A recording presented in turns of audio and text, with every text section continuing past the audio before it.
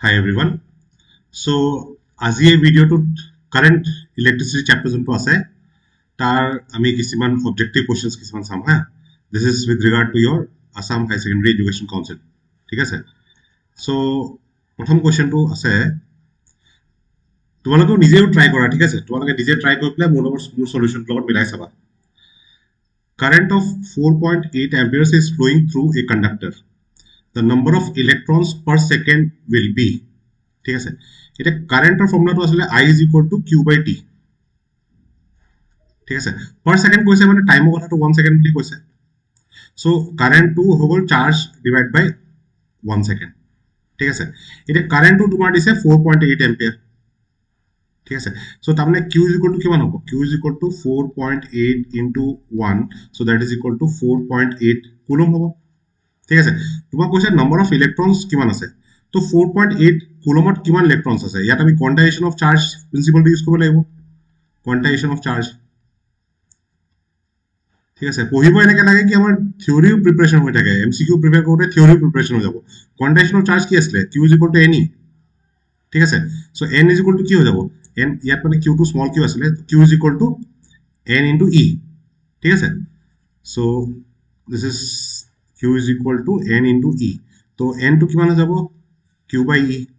ঠিক আছে 4.8 divided by 1.6 into 10 power minus 19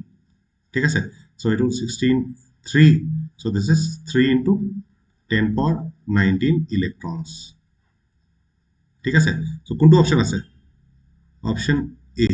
ঠিক আছে খালি এটো ক্যালকুলেশন করতে কোন কেয়ারফুল হবা নহলে এই দুটা অপশন মানে পাওয়ারতে বেলেগ আছে 10 power 19 আৰু 10 power 20 তো অলপ ক্যালকুলেশন ভুল কৰিলে আনসাৰটো বেলেগ আহি যাব পাৰে ঠিক আছে so option A is the correct answer ঠিক আছে আচ্ছা next question when the current I is flowing through a conductor the drift velocity is v if twice I current is flow through the same metal but having double the cross sectional area the drift velocity will be ঠিক আছে আচ্ছা সব questions লা মই এনেকে লৈছো না যোনলা মানে তোমাৰ বোৰ্ড জামাৰ যোনলা থিওৰি কোশ্চেন যেনেকে আহিছিলে হেতু অৰ্ডাৰতে লৈছো এই থিওৰিত মানে এটা কোশ্চেন আগতে বোৰ্ড আহিছিলে ড্ৰিফট ভেলোচিটি আৰু কাৰেন্টৰ মাজত ৰিলেশনটো প্ৰুফ কৰিবলৈ আহে I = NAE VD এই ৰিলেশনটো প্ৰুফ কৰিবলৈ বহুত আহে ঠিক আছে তো এতিয়া যদি আগতে থিওৰিতে কোশ্চেনটো ফুটিছিলে তাৰ ওপৰত মানে এমসিকিউ ফুটাও চান্স আছে ঠিক আছে এটো মানে মোৰ যোনটো মানে এক্সপেৰিয়েন্স বা মই যোনটো মানে ইমান দিন পঢ়াই পেলাই পাইছো মানে কি যদি এমসিকিউ আহে মানে কেনেকুৱা টাইপৰ আহিব পাৰে হেতু কাৰণে মই কোশ্চেন লাগ এইবিলাক কোশ্চেনে সিলেক্ট কৰিছো কিন্তু এইবিলাকে কোশ্চেন আহিব বুলি হেতু কোৱা নাই কিন্তু মানে যদি কনসেপ্টবিলাক ক্লিয়াৰ আছে তো কোশ্চেনছ লাগ তুমি পাৰিবাই এতিয়া এটো যোনলাকে তোমালোকে যদি কৰিছা ঠিক আছে তো যদি এই কনসেপ্ট এতিয়া ইয়াত কেনেকৈ এপ্লাই কৰিম current I drift velocity v তাৰমানে current I যেতিয়া আছে drift velocity v তো I = NAE v বুলি লিখিলো সেকেন্ড কেছটো কারেন্টটো টুৱাইস I হ'ব টুৱাইস I হ'ব same metal বুলি কৈছে তাৰমানে number of electrons per unit volume একে থাকিব but having double the cross sectional area তাৰমানে এৰিয়াটো টুৱাইসে হৈ গল charge of electron চেঞ্জ হ'বলৈ নাই আচ্ছা এতিয়া drift velocity উলিয়াবলৈ কৈছে drift velocity v dash বুলি ললো ঠিক আছে আচ্ছা ইয়াৰ পৰা আমি I is equal to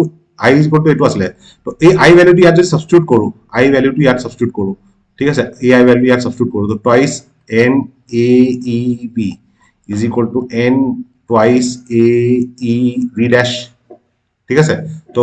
NAEV cancel যাব NAE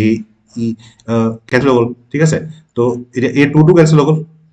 ঠিক আছে মানে V dash equal to কি থাকিলে V dash equal to V dash equal to V তার মানে option C is the correct answer ঠিক আছে আচ্ছা next question when the length and area of cross section both are doubled ঠিক আছে resistance কি হবে এটা রেজিস্ট্যান্স proportional to length আসলে inversely proportional to area আসলে এটা যদি মই লেন্থও ডাবল কৰো ক্ৰস সেকশন এৰিয়াও ডাবল কৰো তে অবভিয়াসলি তো রেজিস্ট্যান্স চেঞ্জ নহব একো ঠিক আছে একো চেঞ্জ নহব সো তামনে কেলে সো r = মই লিখিলো r = rho l by a so r dash = কি হ'ব rho twice l by twice a so এটো ক্যান্সেল হৈ গল সো r dash = কিমান আহিলে rho l by a কিন্তু rho l by a তো r এ হয় তার রেজিস্ট্যান্স চেঞ্জ নহয় so will remain same option C is the correct answer ঠিক আছে আচ্ছা the example of non ohmic resistance ঠিক আছে non ohmic resistance মানে কি যোনলাকে ohms law follow নকৰে ঠিক আছে সো তাৰ কাৰণে diode is the example ঠিক আছে diode is a non ohmic conductor ohms law to follow নকৰে diode কাৰণে আমি current voltage graph to কেনেকুৱা আছিল কাৰেন্ট ভোল্টেজ গ্ৰাফটো এনেকুৱা টাইপৰ আছিলে জানো নন লিনিয়াৰ আছিলে ন ঠিক আছে এলা বাকি সব কাৰণে লিনিয়াৰ হয় ঠিক আছে তাৰপিছত on increasing the temperature of conductor its resistance increases because এতিয়া resistivity formula to etu so theory based problem agora theory aise mane question to resistivity rho is equal to m by n e square tau etu m2 hogol mass hogol n2 number of electrons per unit volume e to charge hogol ঠিক আছে আৰু tau to hogol relaxation time ঠিক আছে এই ৰিল্যাক্সেশন টাইমটো কি হয় মানে কলিজনৰ মাজত যোনটো ইলেক্ট্ৰনছ লাগে এটা এটো লগত কলিজন যে হয় কলিজনৰ মাজৰ যোনটো টাইম এটা কলিজন আৰু নেক্সট কলিজনৰ মাজত যোনটো এভাৰেজ টাইম ঠিক আছে আচ্ছা এতিয়া যেতিয়া তুমি টেম্পাৰেচাৰটো ইনক্ৰিজ কৰিবা ঠিক আছে টেম্পাৰেচাৰটো যেতিয়া ইনক্ৰিজ কৰিবা তো অবভিয়াসলি কাইনেটিক এনার্জিটো বাঢ়িব ঠিক আছে কাইনেটিক এনার্জি যদি বাঢ়ে তো কলিজন লাগ সোনকালে হ'ব কলিজন সোনকালে হ'ব কলিজন উইল বি সুন তো কলিজন সোনকালে হৈছে মানে কি যোনটো রিল্যাক্সেশন টাইম টাও রিল্যাক্সেশন টাইম টাও তো কি হ'ব ডিক্রিজ হ'ব ঠিক আছে এটা এই এক্সপ্রেশনটো যদি চাও তো এই এক্সপ্রেশনটো আমি পাইছো রো ইনভার্সলি প্রপোর্শনাল টু টাও সো টাওটো যদি ডিক্রিজ হৈছে তাৰ মানে ৰিল্যাক্সেশন মানে ৰেজিস্টিভিটিটো কি হ'ব বাঢ়িব ৰিল্যাক্সেশন টাইমটো যদি ডিক্ৰিজ হৈছে কেতিয়া যেতিয়া তুমি টেম্পাৰেচাৰটো ইনক্ৰিজ কৰিছা তেতিয়া রেজিস্টিভিটিটো বাঢ়িব রেজিস্টিভিটি বাঢ়া মানে কি রেজিস্ট্যান্স বাঢ়া তো রিজন তো কি লিখিব লাগিব relaxation time decreases relaxation time to decrease হৈছে ঠিক আছে মাস অফ ইলেক্ট্রন চেঞ্জ হ'ব নোৱাৰে ইলেক্ট্রন ডেন্সিটি ডিক্রিজ একো চেঞ্জ নহয় নান অফ টাইপ অফ এইকেইটা অপশনটো হয়ও হ'ব নোৱাৰে ঠিক আছে যদি তুমি কাৰেক্ট অপশনটো নেজানাও মানে কাৰেক্ট অপশনটো এ হয় এটো নেজানাও তো বাকি কিটা ৰং কৰিলেও তুমি অপশন এটো কাৰেক্ট কৰিব পাৰিবা ঠিক আছে আচ্ছা a metallic block has no potential difference applied across it then the mean velocity of free electrons is ঠিক আছে is তো এতিয়া সোয়া তোমার যেতিয়া কোনো পটেনশিয়াল ডিফারেন্স সাপোজ এটা কন্ডাক্টর এটা আছে ইয়াত যদি পটেনশিয়াল ডিফারেন্স এপ্লাই কৰা নাই তো যোনলা ইলেক্ট্ৰনস লাগ আছে না ইলেক্ট্ৰনস এইবিলাকৰ ৰ্যান্ডম মোশন হ'ব ঠিক আছে এটাৰ ইলেক্ট্ৰনস লাকৰ র্যান্ডম মোশন হ'ব তো র্যান্ডম মোশন যদি হয় তেতিয়া হলে এভারেজ স্পিড বা মিন ভেলোসিটি মিন মানে এভারেজে হয় ঠিক আছে মিন আর এভারেজ ভেলোসিটি কি হয় তো এভারেজ ভেলোসিটি কিমান যাব এভারেজ ভেলোসিটি 0 হ'ব এভারেজ ভেলোসিটি 0 ঠিক আছে এটো আমি ড্রিফট ভেলোসিটি যেটা এক্সপ্রেশন টু লিয়াইছিলো এনসিআরটি সাবা drift velocity equal to minus e tau by M তো এই ডেরিভেশন টু যে আসিলে ইয়াত আমি ইকুয়েশন লৈছিলো v is equal to u plus at ঠিক আছে এটো আছিল velocity after application of potential এটো আছিল velocity before application of potential তো এই ভেলোসিটি যে এভারেজ ভ্যালু যোনটো লৈছিলো এই ভ্যালুটো আমি 0 লৈছিলো কেন লৈছিলো because of random motion of electrons ঠিক আছে সো আইবা সব থিওরি দিয়া আইছে এমসিকিউ বিলাকৰ কাৰণে বেলেগ কিবা একো প্ৰিপাৰেচন নালাগে ঠিক আছে থিওৰি যদি ক্লিয়াৰ আছে এমসিকিউ বিলাক পাৰিবাই ঠিক আছে the resistance of a wire at temperatures t degree celsius and 0 degree celsius are related to এতিয়া সোয়া resistivity কাৰণে ৰিলেশন আছে rt is equal to rho t is equal to rho naught 1 plus alpha delta t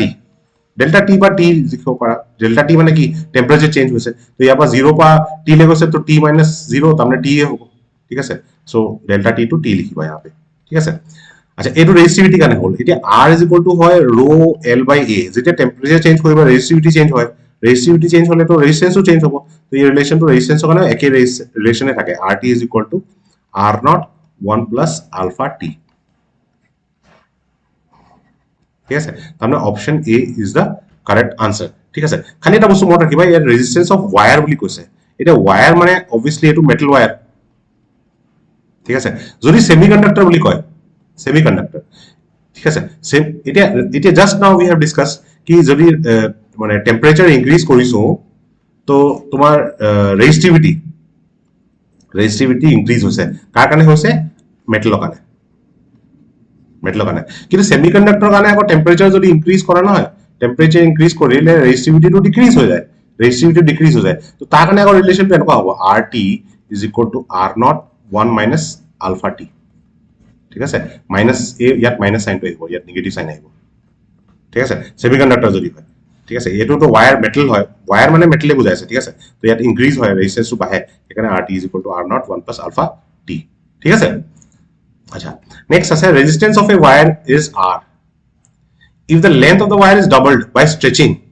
then the new resistance will be ঠিক আছে এটা so r is equal to na তো আমি rho l by a লিখো ঠিক আছে এটা আমি যে লিখো r proportional to l তো ইয়াত মানে এৰিয়াটো কনষ্টেণ্ট থাকে ঠিক আছে আর ইনভার্সলি প্রপোর্শনাল টু এরিয়া লিখো ইয়াত লেন্থটো কনস্ট্যান্ট থাকে ঠিক আছে কিন্তু যেতিয়া তুমি ওয়্যার এটা যদি আছে এই ওয়্যারটো যদি আমি স্ট্রেচ কৰি দিছো তো তোমাৰ লেন্থ আৰু এৰিয়া দুইটা চেঞ্জ হৈছে ঠিক আছে তো এনেকুৱা কেছত স্ট্ৰেচিং যেতিয়া কৰিবা তেতিয়া r প্ৰপোৰ্শনাল টু l স্কয়াৰ হয় আৰু r ইনভাৰ্সলি প্ৰপোৰ্শনাল টু এৰিয়া স্কয়াৰ হয় এইটো মনত ৰাখিবা দেই ঠিক আছে সো এইটো কেছত তোমাৰ এৰিয়া কনস্ট্যান্ট নাই এইটো কেছত তোমাৰ লেন্থ কনস্ট্যান্ট নাই তো r প্ৰপোৰ্শনাল টু l স্কয়াৰ হয় তাৰমানে এতিয়া তোমাৰ কি কৈছে if the length of the where is doubled তো লেন্থটো যদি ডাবল কৈছে তেতিয়াহলে ৰেজিস্ট্যান্সটো কি হ'ব 4 টাইমছ হ'ব 4 টাইমছ ইনক্রিজ হ'ব তো option B is the correct answer ঠিক আছে তাৰপিছত the potential difference between the point A and B ঠিক আছে তো A2 point আৰু A2 পইণ্টৰ মাজত potential difference টো কৈছে এটা ইফালে চোৱা ৰেজিস্ট্যান্স ইফালে 8 আছে ইফালে 4 আছে ইফালে 6 আছে ইফালে 3 আছে এটা 8/4 is equal to 6/3 হয় হয় না নহয় 4 2 2 3 2 है कि तो रेशियो तो इक्वल हो गल रेशियो যদি ইকুয়াল হয় তেতিয়াহলে কি হ'ব উইকস্টোন ব্রিজ প্রিন্সিপাল কি আছিল রেশিও তো যদি ইকুয়াল হয় তেতিয়াহলে a টু পয়েন্ট a আৰু b মাজৰ পটেনশিয়াল ডিফারেন্স তো মানে পটেনশিয়াল তো একে হৈ যায় va vb হৈ যায় va vb হৈ যায় আমি এনেকা কৈছিলো নাই এনেকুৱা যদি ৰেজিস্ট্যান্স আছে চাৰিটা ৰেজিস্ট্যান্স আছে এফালে তোমাৰ ব্যাটারি লগাইছো মাজত গ্যালোমিটার আছে তো p q r s আমি কৈছিলো p by q is equal to r by s যদি হয় তেতে গ্যালোমিটার ডিফ্লেকশন নহব গ্যালোমিটার ডিফ্লেকশন হ'ব মানে কি গ্যালোমিটার ডিফ্লেকশন নহব মানে এফালে কারেন্ট নাই যোৱা এফালে কারেন্ট ইকুয়াল টু 0 কারেন্ট 0 কেতিয়া হ'ব যেটা পটেনশিয়াল ডিফারেন্স 0 হ'ব ঠিক আছে so তামনে va minus vb is equal to 0 হ'ব বুজি পাইছা কথাটো সো আনসারটো কি হ'ব option D is the correct answer ঠিক আছে আচ্ছা a cell of emf e is connected with an external resistance capital R then potential difference across the cell is v the internal resistance of the cell will be